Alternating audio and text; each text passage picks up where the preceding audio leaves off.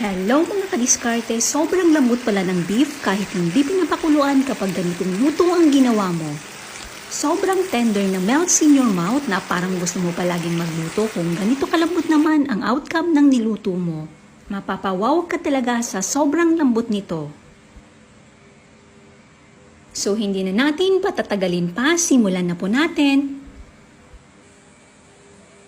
Kailangan natin ng kalahating kilo na beef, hiniwa ko na siya ng ganito kaninipis.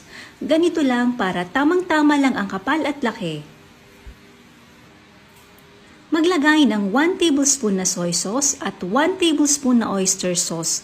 1/2 to 1 teaspoon na baking soda, huwag niyong damihan para hindi pumait. 4 tablespoon na cornstarch at 1/2 teaspoon na ground black pepper. Haluin lang natin mabuti gamit ang ating kamay para mahalo mabuti.